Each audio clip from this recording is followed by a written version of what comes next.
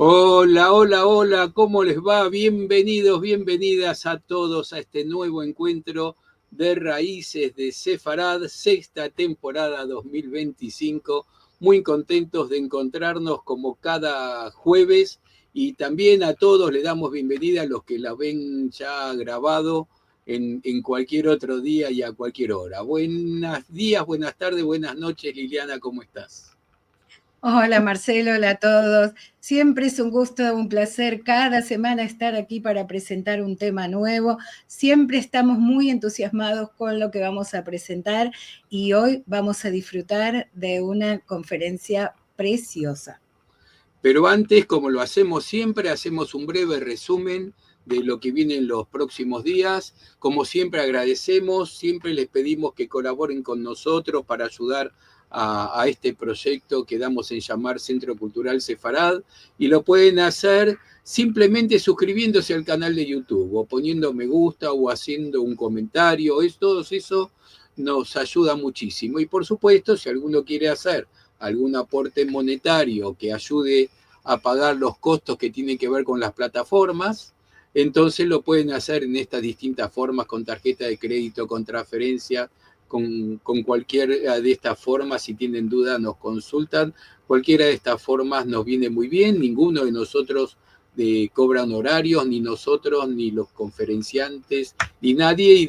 Además, esto es absolutamente gratis. Todos los que quieran participar pueden participar. Así que Y hoy vamos a presentar a la doctora, la profesora Susi Grus.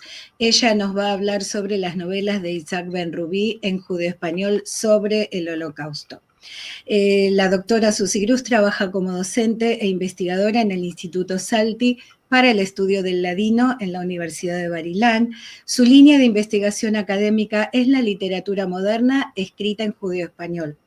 Ha publicado diversos artículos sobre el género de la novela en judeo-español, la prensa en judeo-español publicada en Israel, el aprendizaje del hebreo a través de la prensa extranjera y amplias monografías sobre escritores sefaradíes contemporáneos como Mijael Moljo, Isaac Ben Rubí, Esther Morges Algranati y Judá Haim Acohen Peragia. Actualmente aborda textos comparativos entre Yiddish y ladino, textos sobre el Holocausto en los Balcanes y la imagen de la Guerra Civil Española en la prensa en judeo-español. Y claro, hoy nos va a presentar su libro publicado en 2024 sobre las novelas de Isaac Ben Rubí en judeo-español sobre el tema del Holocausto. y además es una gran amiga. Bienvenida, Susi. Gracias, gracias por la invitación. Y bueno, tenemos la suerte de estar aquí, sanos y salvos, y presentar este trabajo mío a un público muy amplio. Sí, esto que dice Susi tiene que ver que ella está en Israel. Así que, por supuesto, siempre estamos muy atentos a lo que sucede ahí. Adherimos a todo lo que tiene que ver con la paz en Medio Oriente, una paz justa. Así que aprovechamos para hacer nuestra adhesión y nuestro deseo de paz. Digamos también, además, que por esto, pero no solo por esto, también por el horario complicado, por la diferencia horaria, este programa lo estamos haciendo grabado. Algunos programas hay mucha diferencia horaria con Israel, así que para no hacerlos dormir tan tarde y tan pesado, algunos programas van a ir grabados, como es el caso. Así que bienvenida, Susi, estamos muy interesados con esta investigación tuya, que por lo que vi de tu libro es muy prolífica. Hay mucho para hablar. Así que, bueno, te dejamos con tu presentación y te escuchamos. Bueno, se ha pasado. Tenemos que ir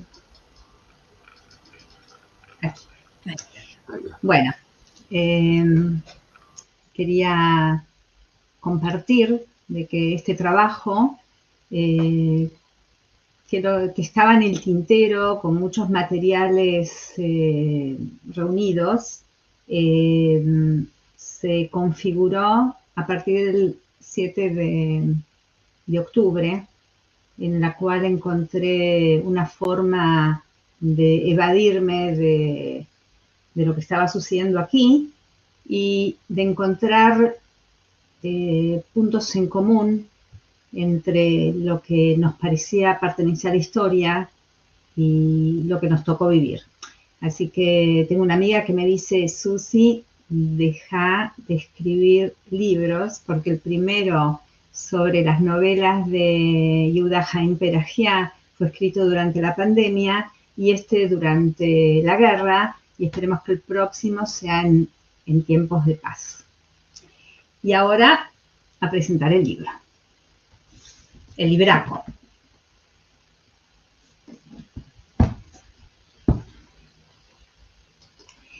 Bueno, ante todo vamos a hacer un poquito de orden, vamos a presentar nuestra agenda, vamos a hacer una introducción general histórica, vamos a hablar sobre la importancia de la literatura en judeo-español para la preservación de la memoria histórica. Por supuesto que vamos a ver una visión general de las novelas, que son 4. Los temas recurrentes que utiliza el autor en cada una de las novelas y algunas reflexiones para el final.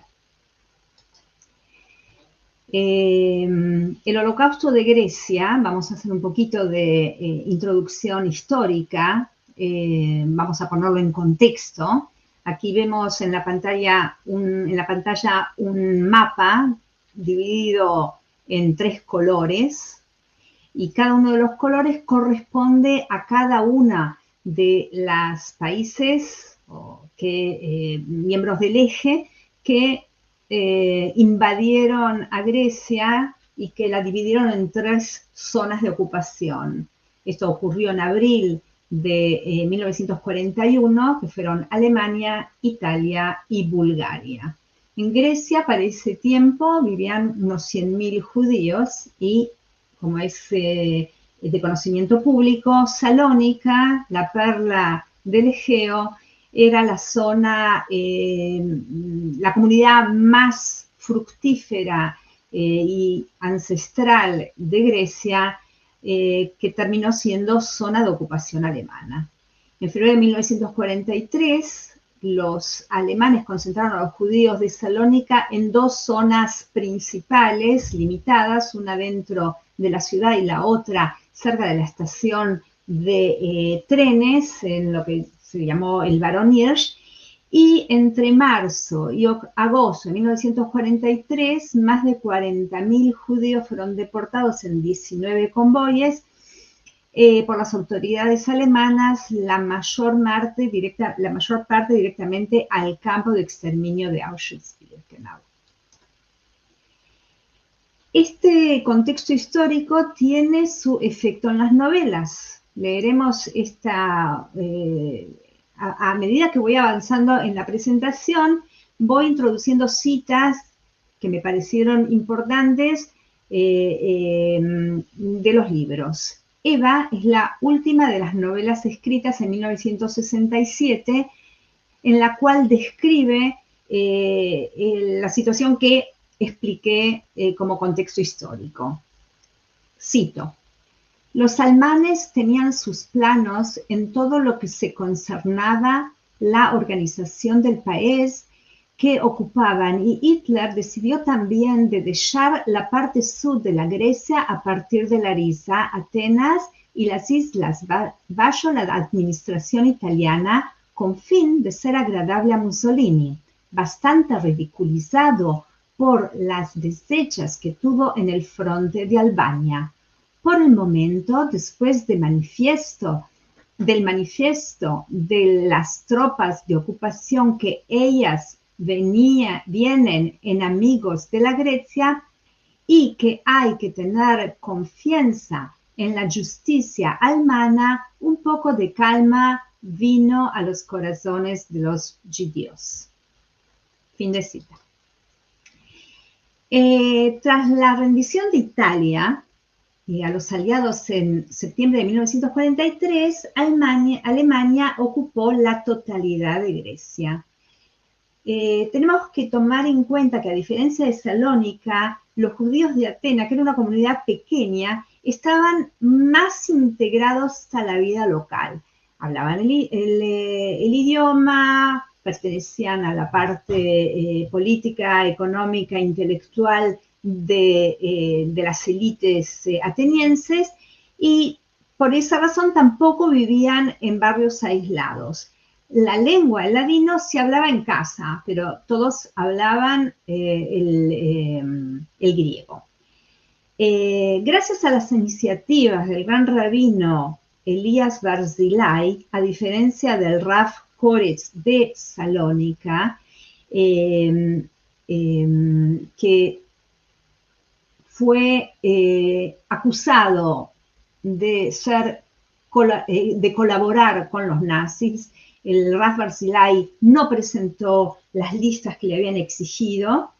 Gracias a su intervención, iniciativas del arzobispo Damasquinos, del jefe de policía Angelo Sever, y con ciudadanos e intelectuales, muchos judíos lograron esconderse en casa de ciudadanos ortodoxos y también acoplarse a la resistencia griega.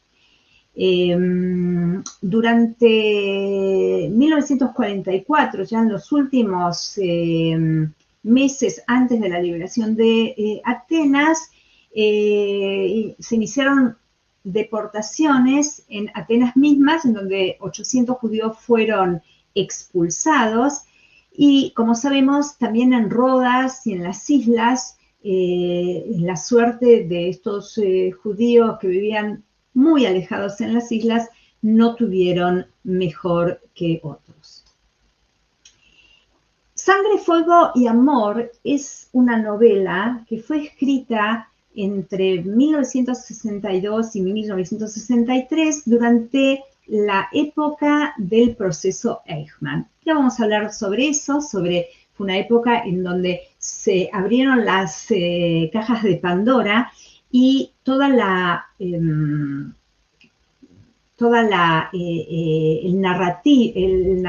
narrativa del Holocausto tomó un auge mucho más grande. En esta novela, justamente, Ben-Rubi enaltece la cooperación que tuvieron los ciudadanos griegos atenienses para sus correligionarios, los judíos. Cito: ¿y los tuyos dónde están? Ellos están escondidos en Atenas, en una casa de un amigo griego. ¿Y vosotros cómo vinisteis aquí? Gracias al director de la policía de Atenas, que dio orden a todos los postos de nos dar a los judíos cartas falsas de identidad con nombres. Gracias también al metropolis Damasquinos, que encomendó a todos los prelatos de las iglesias de ayudar a los judíos. Así nos fuimos de Atenas, escondidos en una iglesia, y poco a poco llegamos aquí a la montaña, donde los partisanos nos recibieron con los brazos abiertos, aseguraron de su protección.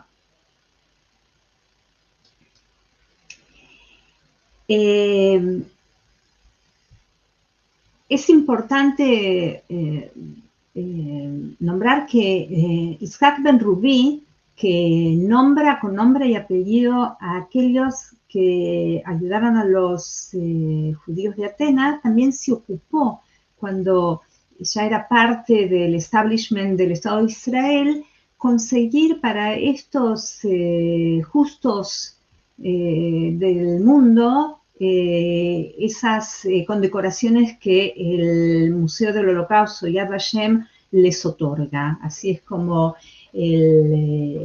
Damasquinos y Ebert y las propias familias que los resguardaron recibieron ese título de honor que les corresponde.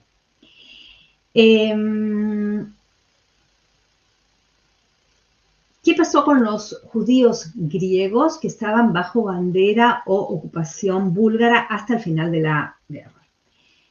Cumpliendo las exigencias de Alemania, las unidades militares y de gendarmería de Bulgaria concentraron en un operativo súper secreto entre el 3 y el 4 de marzo de 1943 a unos 4.000 judíos griegos de Tracia Occidental y de Macedonia Oriental y los enviaron por el Danubio hasta Viena. Desde allí las autoridades de las SS los transportaron al campo de exterminio de Treblinka, donde fueron asesinados inmediatamente. Cuando hablamos del exterminio de los judíos de los Balcanes y sobre todo de Grecia, quizás el número no es impactante, pero sí lo que impacta son los porcentajes. Un 87% de los judíos griegos fueron aniquilados durante el Holocausto. El porcentaje es mucho más alto de las muertes que de las cifras que se manejaron en Polonia, Ucrania y Rusia. Vamos a hablar dos palabras del autor Itzhak Ben-Rubi, que es para mí una personalidad muy significativa, tanto para el mundo judío-español, de las letras, para la comunidad judeo-española de Israel después del Holocausto, y en general alcancé a conocerlo y tengo contacto con la familia que vive en Grecia, que quedó ahí en el olvido. Ben-Rubi nació en Ceres, que es una localidad a unos 100 kilómetros al norte de Salónica, pero creció y se educó en Salónica, luego en París, y fue activo en el movimiento sionista, escribió en periódicos tanto en francés como en judeo-español en Salónica. Se refugió durante la guerra con su familia en Atenas después de la rendición del ejército griego. Él mismo había sido soldado y después de la finalización de la Segunda Guerra Mundial, a cargo de 45 niños huérfanos y jóvenes, se trasladó en 1945 a Israel como jefe del departamento de Aliat HaNoar. Es así como se instaló en Tel Aviv y comenzó su trayectoria de periodista, escritor, dramaturgo, poeta y novelista en judeo-español. Fue también director y editor de un semanario que se llamó El Tiempo, un semanario que salía o los martes o los jueves, que tenía trascendencia también fuera de Israel. Había muchos suscriptos del extranjero, inclusive muchos sudamericanos que lo leían porque así podían entender lo que estaba sucediendo en el país. El periódico también fue definido como periódico de noticias y literario, por lo cual, haciéndose cargo de la difusión de literatura en ladino, tradujo lo que nosotros llamamos literatura moderna en hebreo al ladino, publicó no solamente sus propias obras en ladino, sino la de otros, y también promulgó una reanudación de la creación literaria en rimas, creando concursos literarios en los cuales los premios eran una suscripción para 6 meses al periódico, ¿no? En 1962 publican a pedido del público las obras producidas por Ben-Rubi. Hasta 1962, esta es la lista que está en la pantalla, y 3 de las cuales están incluidas en el libro, que acabo de publicar.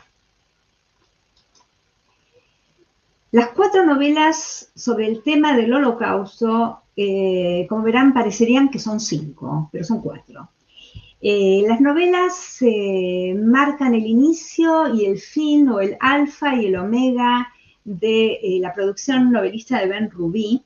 La primera fue escrita en Salónica en 1934.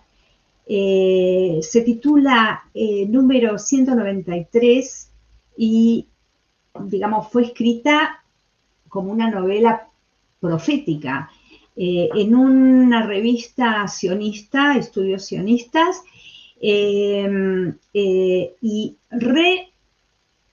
reeditada 20 años más tarde con otro nombre, El apelo de la sangre. Luego nos vamos a ocupar de ello. El número 193, El apelo de la sangre, El secreto del mudo, Sangre, fuego y amor, y Eva.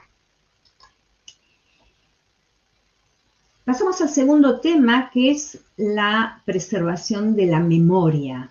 O sea, no nos cabe duda que la creación literaria tiene otro efecto que el estudio histórico, ¿verdad? Quizás los documentos, los sitios en que se perpetuaron los crímenes, los testimonios de los sobrevivientes o de quienes los refugiaron, son hechos históricos, pero transcribirlos a una fuente o a una base, a una plataforma literaria, tiene otro efecto, quizás más profundo. Itzhak Ben-Rubí volcó su experiencia personal y la de muchos otros, una colectiva, la colectiva de sus correligionarios griegos, que se mantuvieron quizás en silencio, y lo hizo en una lengua que se convirtió en humo y cenizas para perpetuar paralelamente tanto la memoria del Holocausto como la lengua que se estaba existiendo. En el mismo año del proceso Eichmann, en 1962, escribe un poema del cual traigo la primera estrofa, que se llamó Escucha mi hermano. Escucha mi hermano es, ¿qué hermano? El hermano israelí que convive con él en Israel y que se habla o no se habla sobre el Holocausto, el israelí que fundó el Estado y que todo lo que era galut o todo lo que era diáspora quisieron olvidar para tener las fuerzas para construir. Hermano es aquel que no sabía que también los sefaradíes fueron víctimas del Holocausto. Bueno, queda eso abierto para la interpretación de la lectura. Voy a leer el primer párrafo. Te ruego que me escuches, mi hermano. Es el único favor que reclamo de ti en esta noche fría como tu corazón. ¿Y por qué traigo estas 4 novelas que para mí son algo, digamos, algo muy importante, quizás primario, porque no hubo otro que escribió? O sea, todo lo que es la literatura del Holocausto se desarrolla casi inmediatamente después del Holocausto, pero le llevó unos años elaborarla. Y entonces sabemos que fue escrita en hebreo, que fue escrita en yiddish, que fue escrita en inglés y en otras lenguas, pero no sabíamos hasta hace muy poco que fueron escritas novelas sobre el tema del Holocausto en ladino. Y haberlas encontrado es una suerte para saber que también fueron escritas en ladino. Y nadie viene aquí a juzgar si tienen gran calidad, no tienen gran calidad, sino el hecho mismo de haber sido escritas en la lengua de los sobrevivientes, ¿sí? ¿Y por qué no se escribió más? ¿Y por qué no hubo más? Bueno, porque estamos hablando de la agonía de la creación literaria en judeo-español que antecedió al Holocausto, pero que con los porcentajes que hablamos, también los hablantes que había también se diezmaron. O sea, la desaparición casi masiva o total de los judeo español parlantes fue crucial para el desarrollo de esta literatura. Le sigue el desplazamiento de los sobrevivientes, o sea, no es que se quedaron en Grecia, se fueron de Grecia, se fueron de los pocos lugares donde estaban, algunos llegaron a Israel y algunos se dispersieron por todo el mundo. En los lugares del mundo tuvieron que hacer unos esfuerzos muy grandes para integrarse en la nueva realidad lingüística, también en Israel, y en Israel contando con la política lingüística sumamente hebraizante, en donde se despreció todo lo que fuera lenguas judías. Es así como casi estaba muy mal visto hablar en yiddish, en judeo-árabe, en yemenita y, por supuesto, en ladino. La lengua de estas novelas marca una transición entre antes y después del Holocausto. No vamos a hacer un análisis lingüístico, pero habiendo sido escrita la primera en 1934, muestra los últimos vestigios de la lengua que se hablaba en Salónica en ese tiempo. Y luego ya pasamos con letras latinas, a las novelas que se hablaron, que se escribieron aquí en Israel en otro contexto, cuando también vemos una cierta rehispanización o un acercamiento al español estándar en las últimas novelas. Ok, vamos a empezar con el tercer tema, que son las novelas propias. Y así como dije, el número 193 y El apelo de la sangre, que son dos novelas paralelas escritas con diferencia de 20 años una de la otra. Las dos las podemos definir como nouvelle, que es un cuento largo o una novela corta. Y número 193 es la única novela que se mantiene en caracteres gráficos rayíes.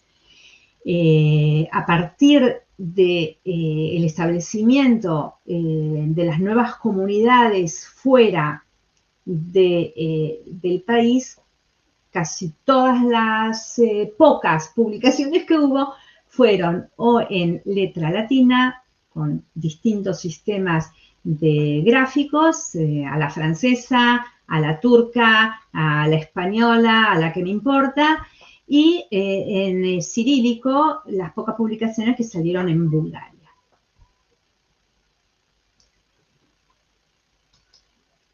Vamos a hacer un resumen de la trama.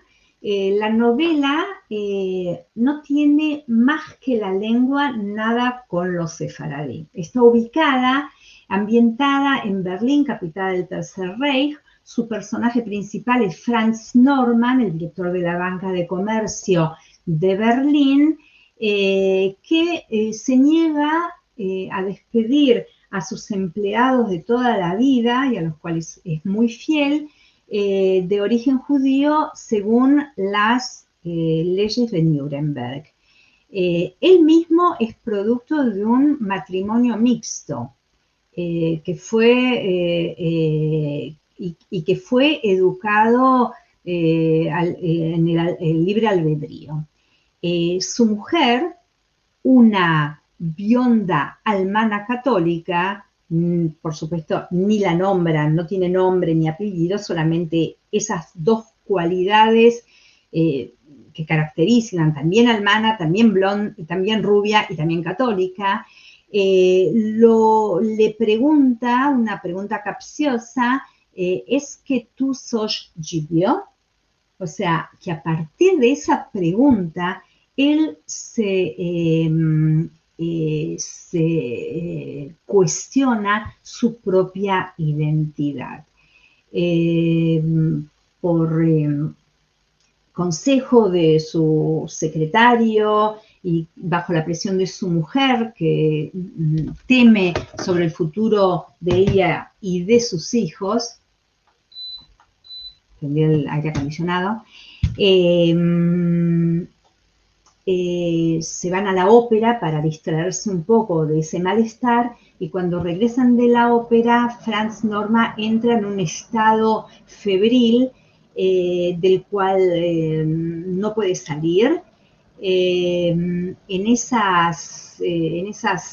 estado febril ve a su padre, ve túneles, imágenes, como si él estuviera reviviendo imágenes de la Inquisición, pero lo profético es que él ve hogueras, cadáveres, huesos que, como en la profecía de Isaías, vuelven a la vida, y su padre que le dice o lo consuela diciendo: toda tu alma es judía. La última escena de la novela transcurre en un instituto psiquiátrico, en donde Franz está vestido con un pijama, no sé por qué, yo me lo imagino con rayas, en donde está bordado en su camisola el número 193, que también es profético, la cuestión del número y no el nombre.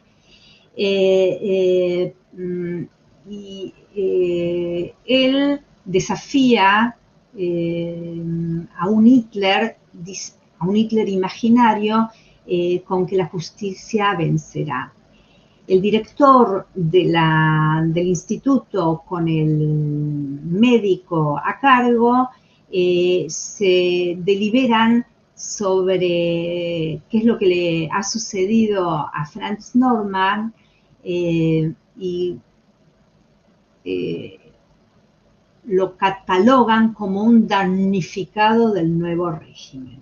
Vamos a ver a continuación cómo aparece en el texto.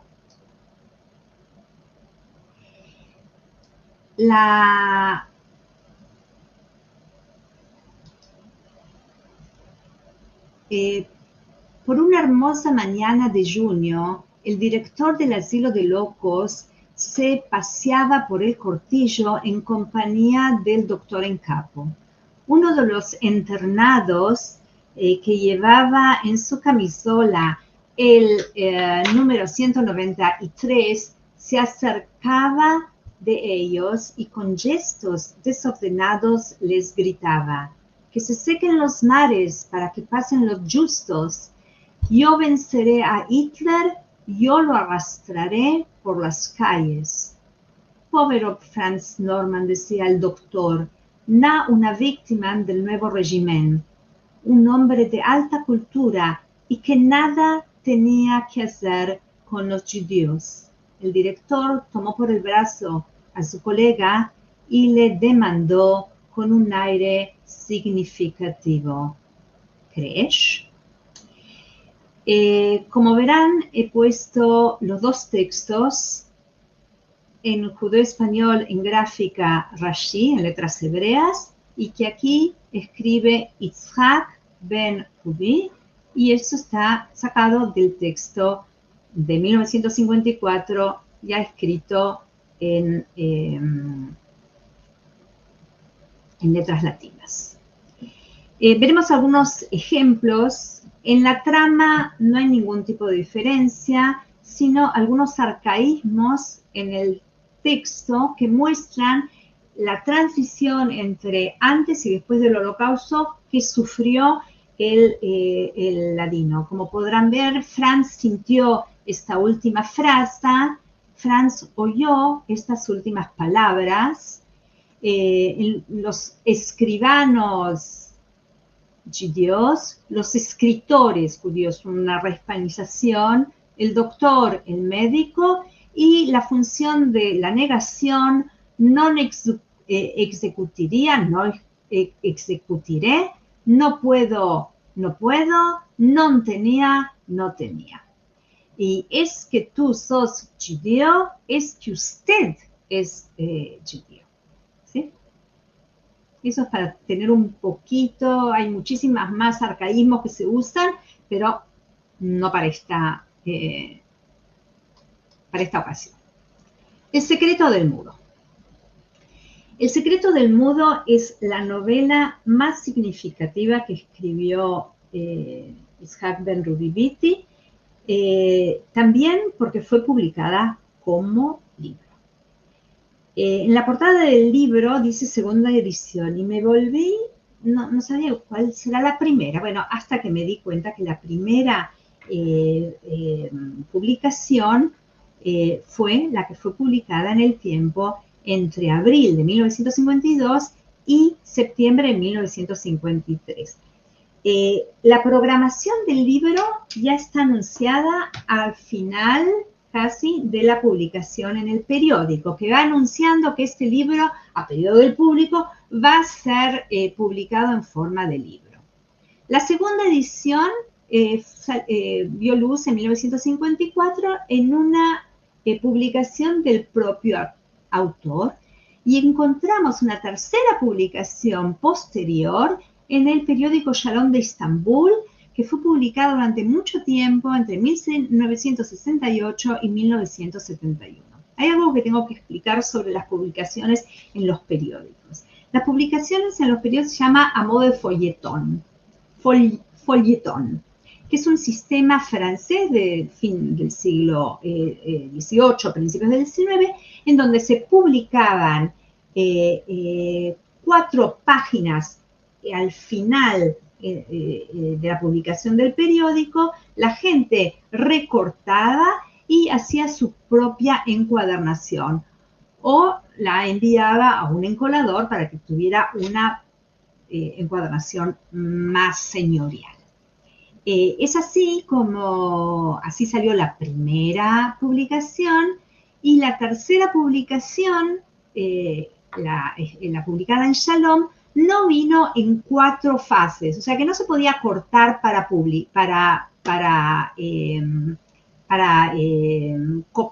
compilar personalmente, y eso me imagino que es como fue después de que fue publicado el libro. La pretensión es que si quieres tenerlo como libro, compra el libro, pero eso es una supuesta. Este libro fue traducido al francés y tuvo por André Chedel en 1973 y quizás tuvo más repercusión en francés que lo que tuvo en ladino. También fue traducido, pero no publicado, por Yehudat Zvi al hebreo, que se llamó Sodoshel Ailem, una traducción, El secreto del mudo, y tenemos constancia que Evangelina Jardiel Poncela también tuvo intenciones o lo tradujo al castellano, por lo cual fue bastante criticada, porque lo que aludieron es que le quitaba el gusto al ladino en el momento que la traducía. Este es el anuncio en Shalom de la venta del libro, ¿sí? O sea que se vendió también fuera de Israel. Bueno, va a ser difícil resumir la trama, pero en definitiva hablamos de 3 escenarios: Auschwitz, París y Salónica. En Auschwitz se encuentran 2 prisioneros, León Herrera de Salónica, el mudo, que quedó mudo por el efecto de shock por lo que vio al llegar a Auschwitz, la paliza que recibió, el doctor Robert Carsen, que es un judío médico asimilado de París, cuya esposa gentil, Micheline, busca por todos los medios de liberarlo, inclusive con la ayuda de la Embajada de España,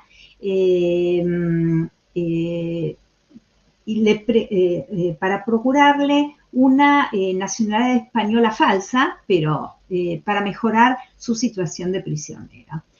Micheline participa y su hermano son muy activos en la resistencia francesa, y el libro nos trae mucha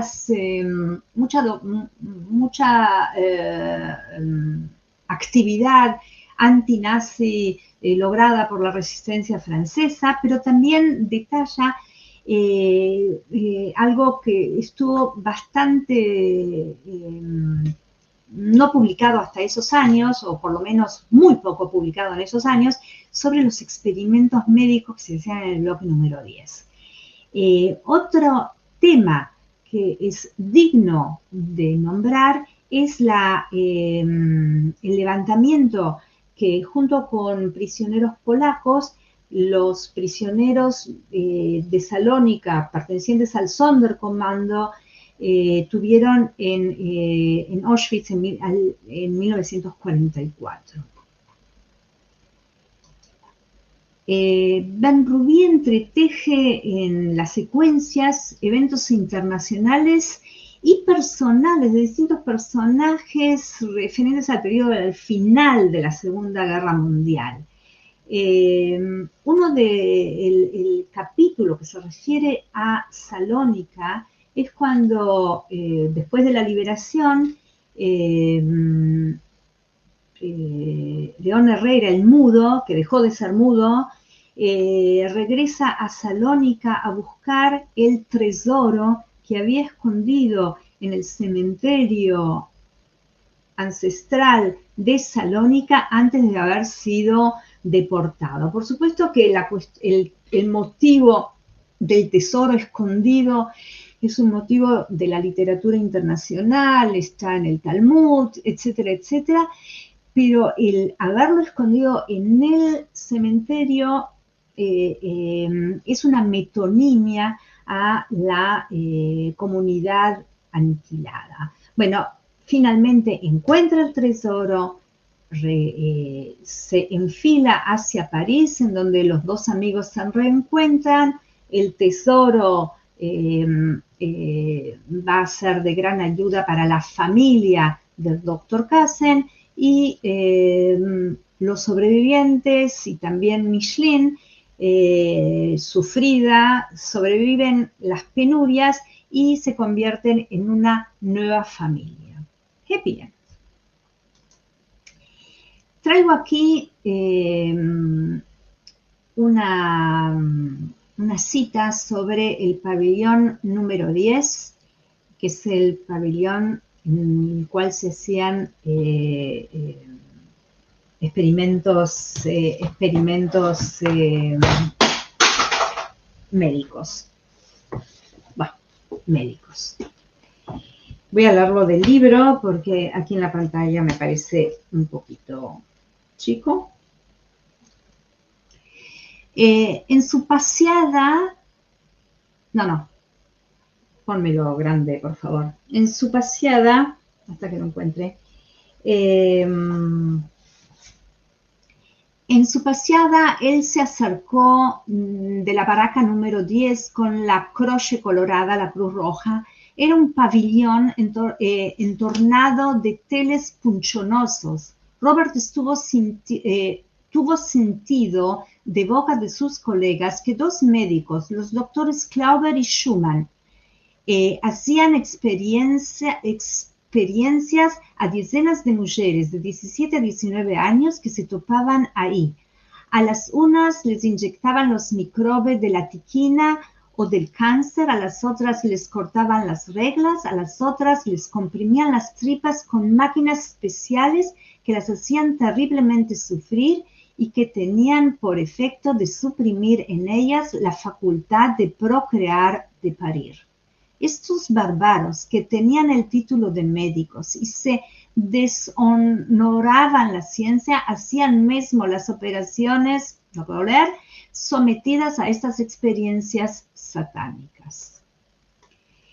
En mi investigación, por supuesto que revisé, Dr. Klauber y Dr. Schumann son nombres reales, tuvieron su participación muy activa, uno fue juzgado, el otro no, en las cortes de Nuremberg después de la guerra.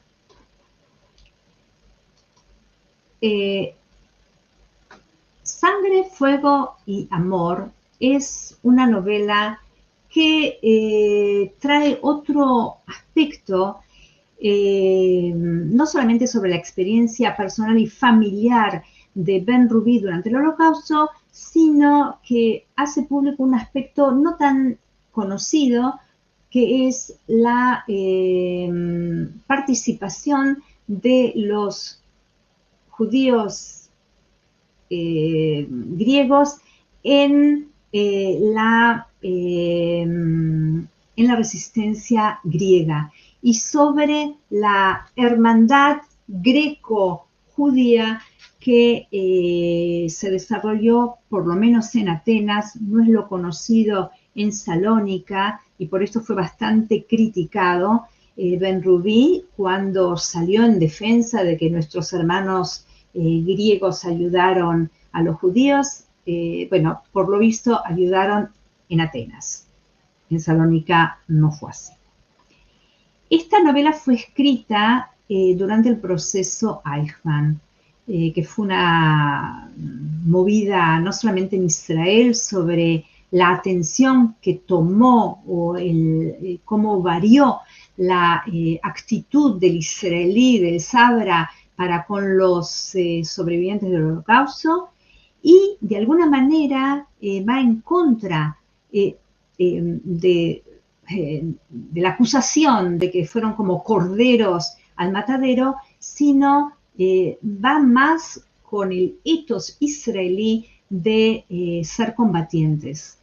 ¿Sí? Y bueno, vamos a ver un poquitito de qué se trata. Ben-Ruby escribe como introducción. Voy a leer esta introducción que nos habla bastante sobre la época, sobre el escritor, sobre la novela misma.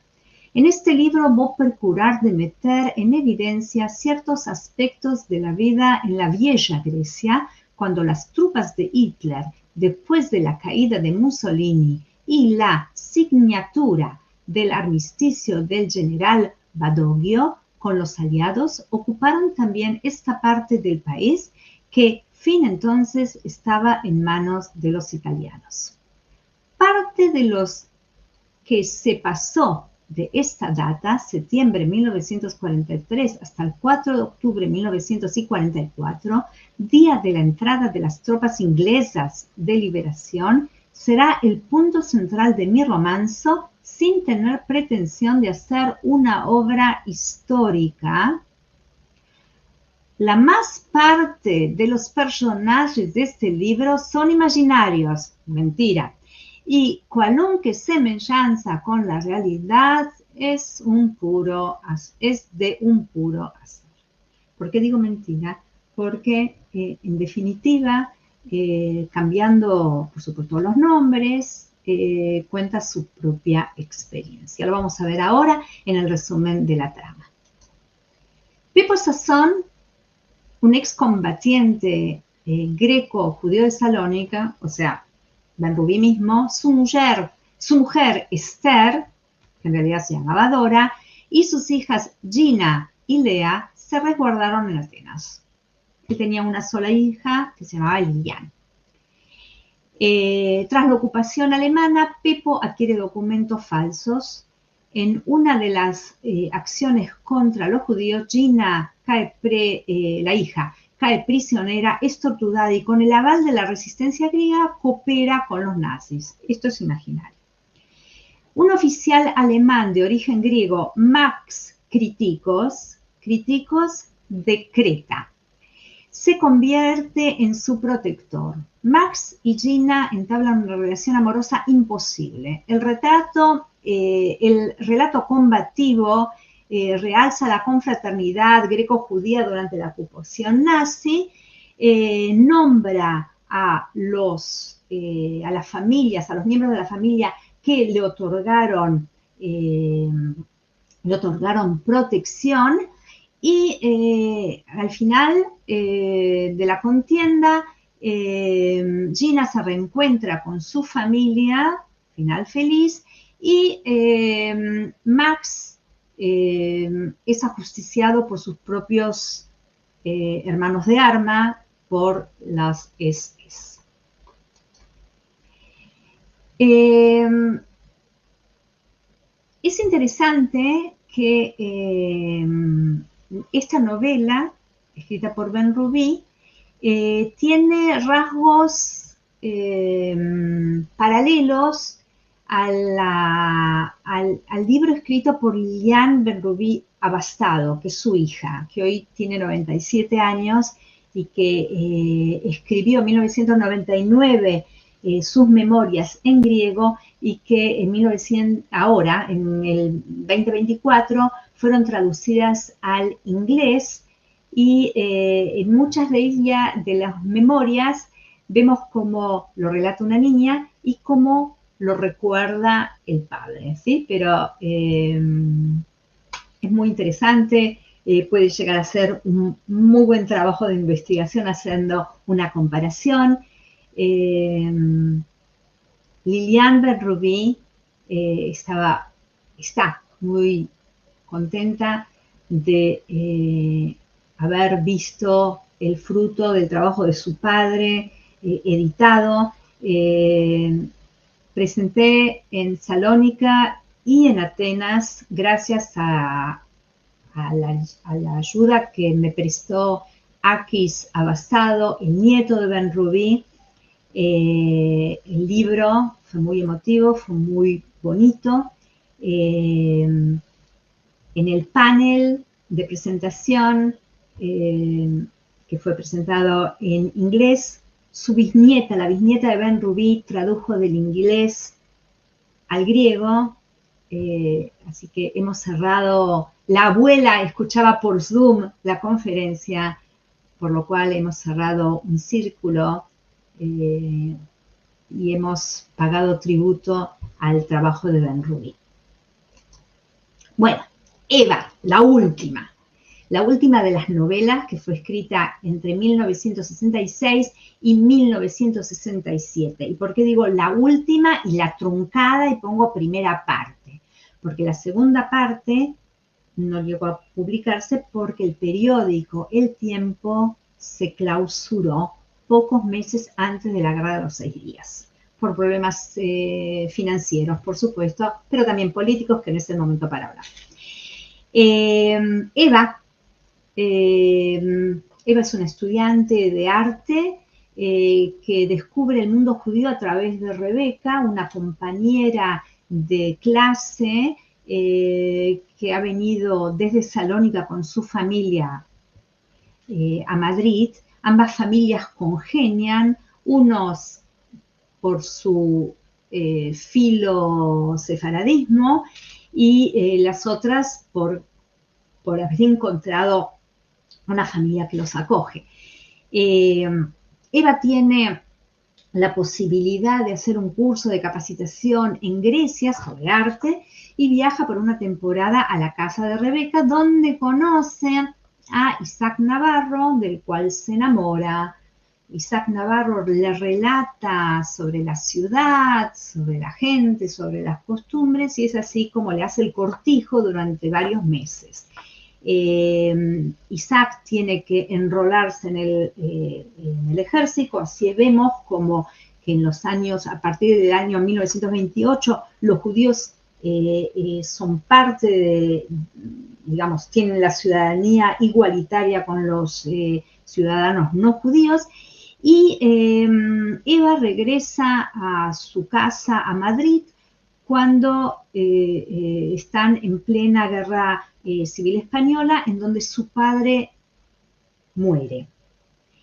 Eva regresa a Salónica, se convierte al judaísmo, se casa con Isaac Navarro y en su plena luna de miel los alemanes invaden Grecia y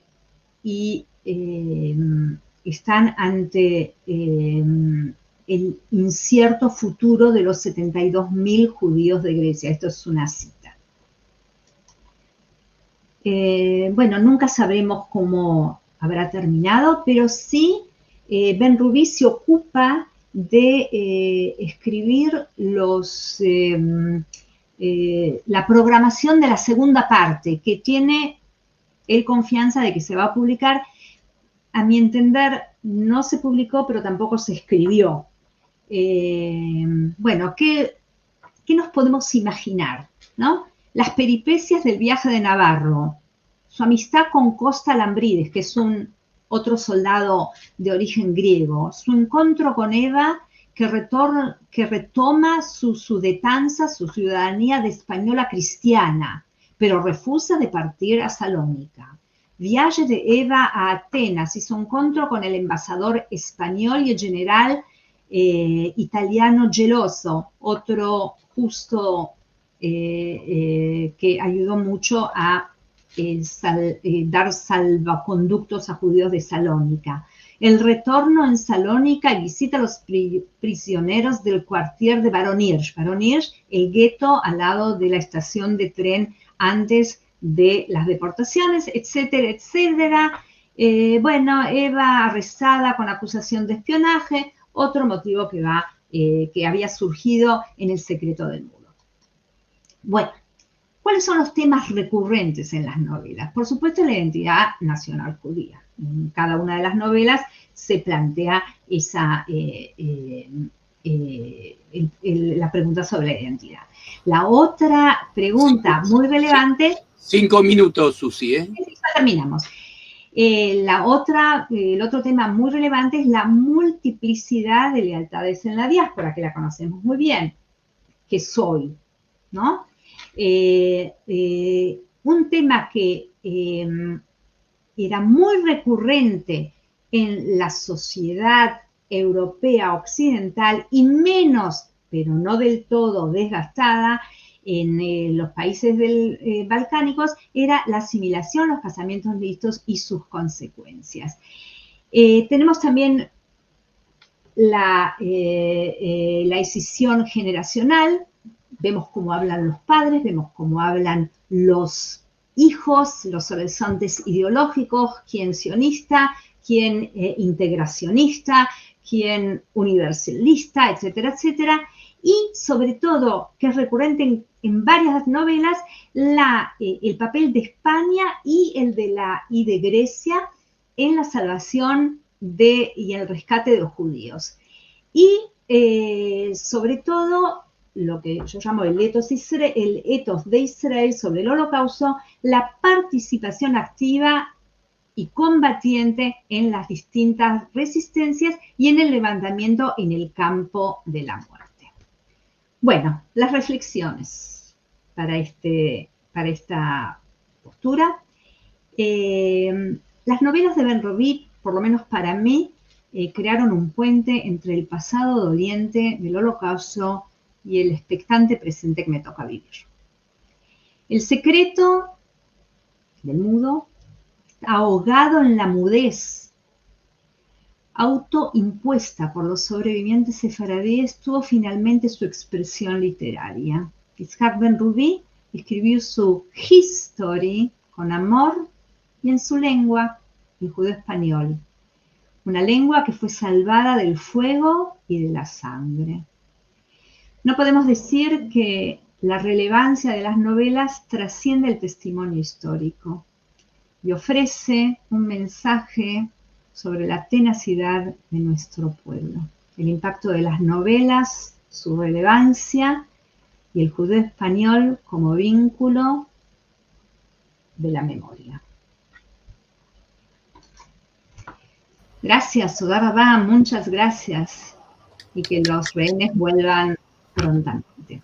Eso es. Amén, amén. Susi, hay que remarcar el gran valor de esta investigación, de lo que, de la importancia de, como decías, sobre el uso de la lengua en este tema, de una persona que lo relata en primera persona, más allá de que son novelas históricas y que tienen su parte de imaginación, es un testimonio valioso de alguien que lo vivió. Y eso es que no tenemos mucho material, ¿no? Así que es un tesoro en sí mismo. Además de la lengua, sí, un tesoro. Además de lo que se puede investigar de literariamente o históricamente, es un tesoro también para la evolución de la lengua, ¿no? Sí, sí. Sobre todo eso, y como marqué antes, es antes y después. O sea, es poco antes y los 30 años que hubo después, ¿sí? Porque luego Yo te voy a hacer una pregunta del lado B de esto que están diciendo, que es si hiciste un análisis o alguien hizo algún análisis del valor literario de lo escrito, si uno puede ver inspiración de otros escritores, o sea, desde el punto de vista literario, ya no el valor importante, que ya lo sabemos, sino del otro. Mira, en los años que escribió, Benrubí era una intelectual que me imagino que leía muchísimo y todo lo que se escribía en francés o en hebreo lo habrá leído. Son muy originales, o sea, no hay aquí lugar de que se copió. Inclusive en el registro vemos que él tuvo contacto y testimonió con gente que sí volvió del otro mundo, del otro planeta. No me parece, las influencias, bueno, hay quien dice que tiene influencias todavía de los franceses, de la literatura romántica francesa, eso sí, pero no en la temática. La literatura del Holocausto tiene sus propias escalas, su propia forma de expresarse. Bueno, y la otra pregunta que tenía es, dijiste que falleció en el 77, si mal no recuerdo. Sí, sí. ¿El Estado de Israel hizo algún reconocimiento? ¿Hay en el Estado de Israel algún reconocimiento a su figura o pasó desapercibido? Pocos meses antes de fallecer, la ciudad de Tel Aviv le dio una condecoración de ciudadano noble de Tel Aviv. Otra condecoración la recibió en España con el mérito de caballero civil, junto con el Maliaj, lo recibieron conjuntamente. Grecia también le otorgó una condecoración sobre su participación en las relaciones. Sí, he visto las condecoraciones que la familia me las mostró. Si vas a querer, te voy a enviar las fotografías. Es muy emotivo ver eso, ¿sí? La vamos a poner la fotografía junto con el artículo que está por salir, que es el review de tu libro, que ya vamos a publicar en sefarad.com. Publicado en la revista Darom, gracias a... Vamos. Bueno, ¿y dónde podemos conseguir el libro? Porque ahora todos queremos leer tus comentarios y las novelas. Bueno, el libro vio luz en Barcelona, en Terrocinio, la editorial Terrocinio, entrar en Terrocinio Ediciones y se compra por internet, se compra En Amazon también. Yo no tengo nada que ver con la venta de libros. Para nosotros creo que en Amazon también se puede conseguir con el nombre que publicamos. Me parece que no, pero no sé. Puede ser, no. Puede ser. Yo sé que... Y si no, en Tirocinio, en la editorial Tirocinio, que nosotros publicamos mucho sobre la salida de sus libros, así que seguramente tenemos la entrada en ese Farad sobre la publicación del libro que nos envía la editorial. Te lo voy a hacer llegar y es el momento de nuevamente agradecer a mi gran amiga Pilar Romeo Ferré por el trabajo que hicimos online, por cómo me apoyó para seguir adelante con un aliento que solamente una gran amiga puede tener para con otra. Y hoy día también, diariamente, me alienta para que escriba otra. ¿Para cuándo se va la tercera? Bueno, ya veremos. Sí, viendo en el video de Tirocinio está también una foto de esta presentación que hacía referencia en Salónica. Sí, y también en Grecia debe haber otra, y también está ahí una entrevista que tuvimos en Radio Sefarad, y bueno... Acá está el de Atenas, comentario de Pilar Romeo, aquí está también. Aquí podemos ver bien también la portada. Muchas gracias, Susi. La verdad que es muy, muy valioso el trabajo que haces, no solamente con este libro, todos los anteriores que también presentamos y los que vendrán, si Dios quiere. Y como decías, bueno, que tengamos paz, buenas noticias y que vuelvan los secuestrados de alguna manera. Y que sigamos teniendo las comunicaciones sobre temáticas sefaradíes y las futboleras también, que nos unen mucho. Bueno, les agradezco, queridos amigos, y esperemos vernos pronto. Prometo, como siempre, llevarles un libro. Pero bueno. Que por lo que vi pesa lo suyo, o sea que va a ser... más de 1 kilo. Más de 1 kilo. Sí, sí. Bueno, gracias. 93 páginas. Barbinam. Mashallah. No, más Barbinam que Mashallah. Así que así. Les quiero desear lo mejor y sigan haciendo esta obra magnífica que están haciendo. Muchas gracias. Y los esperamos en las próximas actividades. Chao.